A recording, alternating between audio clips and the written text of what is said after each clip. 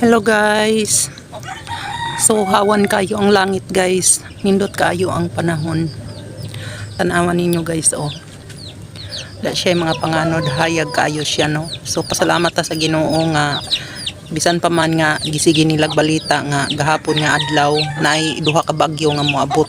Ingon pa napadsud kunoy kanang linog. So tinuod na ay linog anang pagkakadlawon mga 1 AM pero pasalamat ta sa Ginoo no, nga ang uban nga ginaingon nila mga bagyo ug unsa pa din ha wala gyud moabot. So karon hayag kayo ang ato ang kuan, hayag kayo ang kalibutan no, wala gyud siya kuan, walay mga dag-om. So nindot kay siya mao na siya ron ang update sa atong panahon no. So pasalamat ta sa Ginoo ug padayon tang magampo nga unta wala nay mga kalamidad pa nga moabot.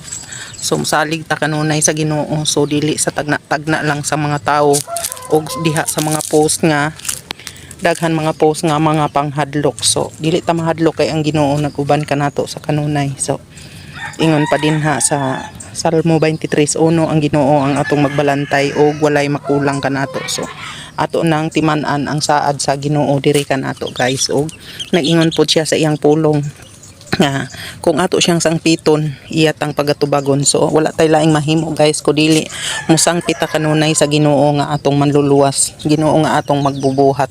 Dili ta motuo anang mga fake news kay unsahay kung magsige na lang ta og tuo sa mga fake news makuan ta kanang mas stress ta kanang murag dili na ta hinuon ganahan nga mo pahuway di na ta ganahan nga matulog kay magsige na lang ta og huna-huna sa mga fake news. So wag itay laing mahimo guys kung dili mosalig ta dinha sa Ginoo nga maoy atong magbubuhat.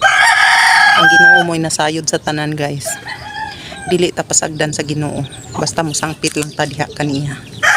So mao na dinha guys no. So nindot kayo ang atong panahon karon, munay dako kayo natong pasalamatan sa Ginoo nga naghatag siya og maayong panahon. So mao na dinha guys og gibati man nato guys na kuanan man nato nga naay mga pagtayog mga pagpahinumdom na sa Ginoo sa ato kay murag nakalimot na ta diha kaniya. So ang uban daghan na kayong mga kuano na busy na sa mga negosyo, busy na ang uban, busy sa mga vlogging ug unsa pa rin ha nakalimtan na ang pagsangkit sa Ginoo. Daghan ang nabisihan sa mga tao guys pagpanginkamot sa panginabuhian mo nang wala na nakasangpit sa Ginoo. So mao na din na nga naay mga pagtayog kay pagpahinomdom na diri kanato. Pero di ta mahadlok anang tanan guys kay kanang tanan naka sulat na sa Bible nga moabot ang panahon nga naay mga linog, bagyo, kagutom, gubat og uban pa.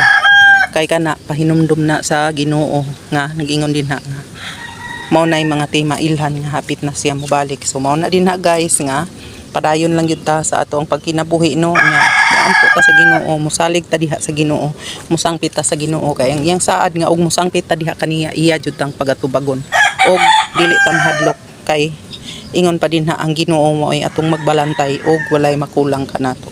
So kana lang siya guys ang akong pagdasig nining takna sa kabuntagon. So dalaygon ang Dios sa walay katapusan. Amen.